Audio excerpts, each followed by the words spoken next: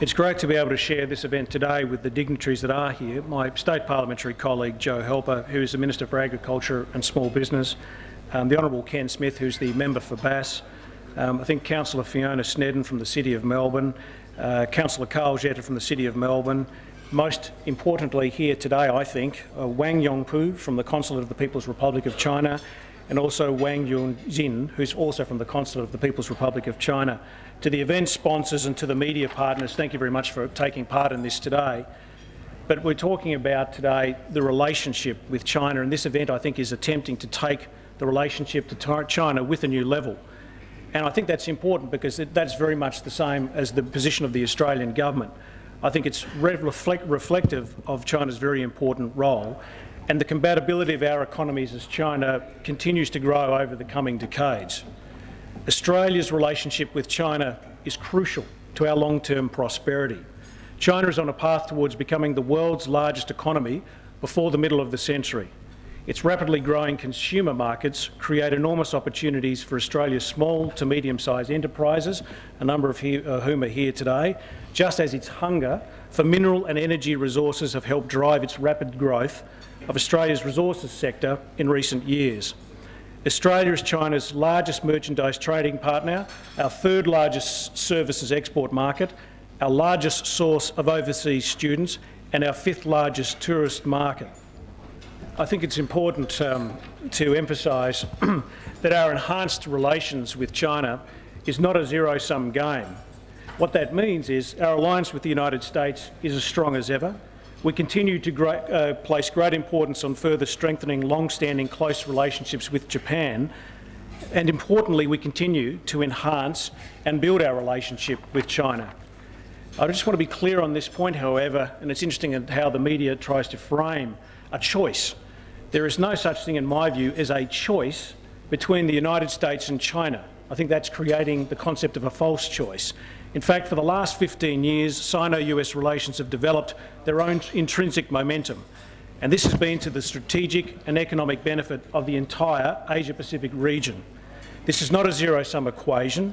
It's a lot more complex than that, and Australia can and does have good relations with both China and the United States.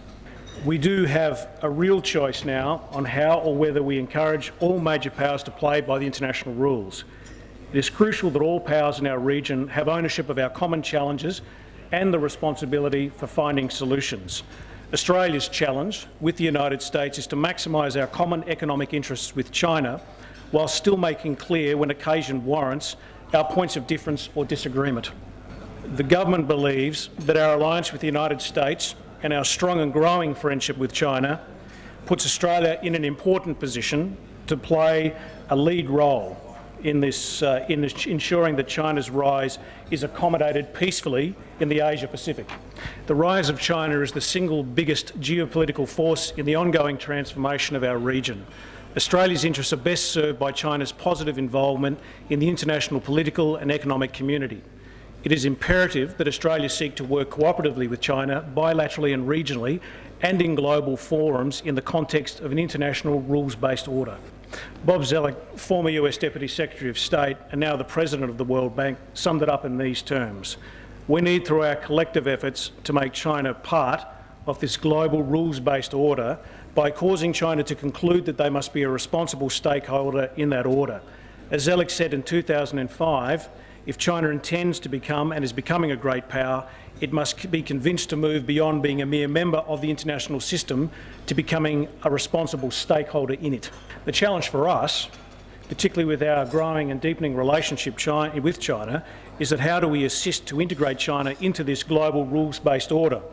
In security, the economy, in trade, investment, the environment and climate change. The government believes in a holistic approach to engagement with China that will grow beyond the economic one that we're talking about today. This includes encouraging China to pursue a positive and constructive stakeholder role in the UN Security Council. It includes China's position as a permanent member of the UN Security Council, which affords Beijing great international prestige. We should also be encouraging China to adopt the same sort of approach in the UN Security Council as it has on the North Korea through the six-party talks, and we should be encouraging China to adopt a proactive role within the World Trade Organization in order to encourage the further liberalisation of international and Chinese domestic markets. We're in a very unique position here in this country with some 600,000 people that claim Chinese ancestry to build cross-cultural understanding. What we need to do, besides a decided lack of foresight by previous governments over the past 11 years, is increase the number of our students that speak a foreign language, particularly Chinese. If we don't do that, and I think we've got 13.4% of Year 12 students undertaking a foreign language, second last out of the OECD countries in terms of time spent by school students learning a language, this is going to have, if we don't fix it up, dire ramifications on our economic and diplomatic future within the Asian region. And this is why our Prime Minister has signalled such a strong commitment to revitalising Asian language programs in this country.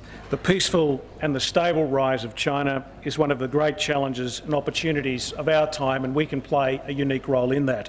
That's why the Australian Government is committing to do the groundwork, the day-to-day effort of strengthening and building our trade, business and cultural links with China. This government has taken a proactive approach to facilitating dialogue between government and business communities in Australia and China, and we are committed to continuing efforts to expand access to Chinese markets for Australian businesses and investors, including in the services sector, and we also have a broad corporate footprint in China, but we want to diversify further our economic and trade relationship. Importantly, China has recently agreed to establish a Ministerial Services Roundtable to tackle market access barriers between the two economies. Through the Roundtable, the Australian Government will be working to expand the opportunities for Australian businesses to capitalise on the natural complementarities between our economies. And we also would include Australia's know-how and expertise in financial services, environmental services and climate change technologies. One particular opportunity the government is keen to maximise is the World Expo to be held in Shanghai in 2010. Now, this expo will be the largest World Expo in history. This provides a tremendous opportunity for Australia to bolster trade and investment and strengthen bilateral ties, and to demonstrate what a modern and innovative country Australia truly is. The Australian Government is investing in a striking, attractive national pavilion in Shanghai. This pavilion will have the capacity to welcome the 7 million visitors we expect over the 6 months of the Expo.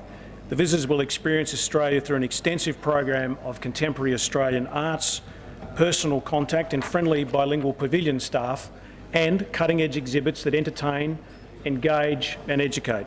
As a major player, and this is where China I think also has a great role in the development of the world economy, China has a vital stake in sustainable climate change outcomes. Australia and China have a combined global responsibility to lead the world on cleaning up carbon, including through practical collaboration. We wish to see active, positive engagement by China in the international system, including multilateral institutions. Security and prosperity in our region can't be taken for granted. It's important that China, Australia and other key players work closely as partners in regional security and economic architecture. We're sure that China will be an active and constructive participant in discussions proposed by the Prime Minister to develop thinking in the region on the idea of an Asia-Pacific community.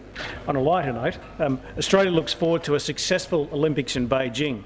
We think the Games are an opportunity for China to showcase its spectacular achievements to the world. We've been very impressed with the reports from the Australian Olympic Committee by the high quality of the Olympic facilities, including the Olympic Village in and outside Beijing.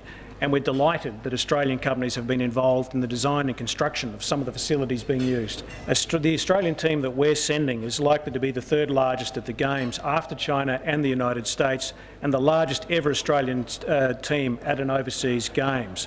Australia is supportive of the Beijing Games, and we are excited by the quality of China's preparations for the event. And we're certainly looking back on our experience, which was a tremendously proud national moment, which we feel will be the same for China. We hope that the Olympics marks a new phase in China's global engagement, and we think that this will provide both new opportunities and new responsibilities. Events such as this, the Business Week Forum, are an excellent opportunity to build links between Australian and Chinese businesses, and I certainly hope all participants have found the forum to be productive and useful. In my closing remarks, a closer economic partnership with China is a critical element of building a modern Australia in the 21st century.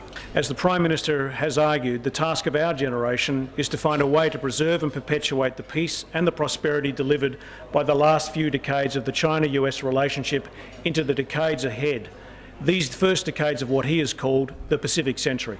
Your efforts in broadening and deepening the links between Australia and China are important for now and for future generations.